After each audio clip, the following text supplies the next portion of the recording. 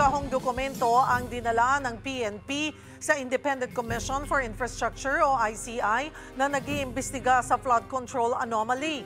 Para sa detalye, magbabalita si Mobile Journal Arles de los Santos live mula sa Taguig. Arles, saan daw galing itong mga dokumentong ito na hawak nga ng PNP CIDG at meron bang tinukoy ng personalidad mula sa dokumentong dinala sa ICI?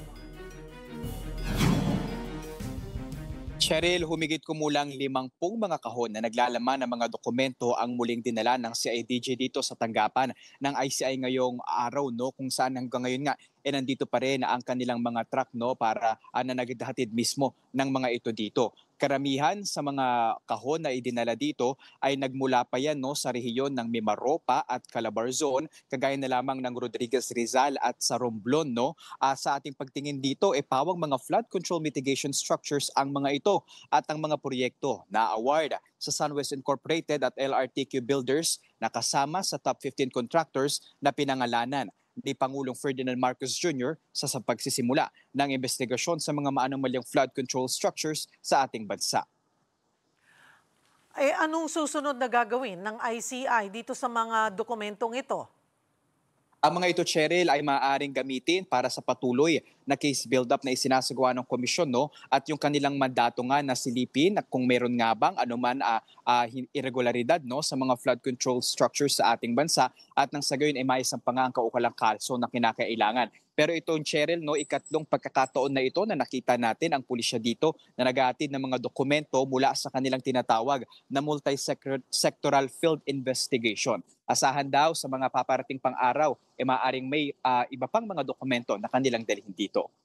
Kamakailan lang humarap sa ICI si Congressman Sandro Marcos na dinawit ni Zaldico nga sa umano'y budget insertions. Kailan ilalabas ng ICI yung testimonya ni Congressman Sandro? Patuloy natin na hinihingi yan, Cheryl, sa Independent Commission for Infrastructure, no? Maalala kasi natin nung humarap si Representative Sandro Marcos. Sinabi niya sa media at hinihiyag niya na bukas siya na ilabas ng komisyon ang nangyari at pinag-usapan sa kanilang pagdinig, pero ICI na ang magbibigay ng pasya kung ilalabas nga ba ito sa publiko, lalo pa kung hindi ito o kung makakaapekto man ito sa isinasagawang investigasyon na ito. Kanina na nagtanong tayo, no, kay ICI Executive Director Brian Hosaka, kailangan daw na magpasa ng written form or consent itong si Representative Sandro Marcos para nga mailabas ang kanyang testamento sa kanyang pagharap dito sa komisyon.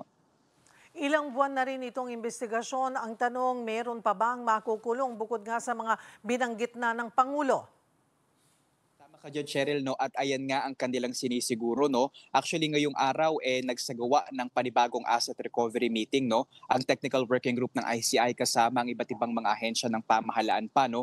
Para masiguro yung pagpapabalik ng mga umano'y ninakaw na pera ng taong bayan. And syempre, aabangan pa rin natin kung may mga bagong case referral at case build-up at recommendation for investigation na ipasampa, no? Itong ICI. Pero Cheryl, so far, 13 billion pesos na ang halaga ng na-freeze na mga assets sa pinakahuling order na inilabas ng Anti-Money Laundering Council, no? At so far, ayan ay nasa 4,679 na bank accounts, 283 insurance policies, 255 na motor vehicles, 178 real properties at 16 na e-wallet accounts at 3 security accounts at maaari pa rin daw na madagdagan yan sa paghulong ng mga araw. Cheryl.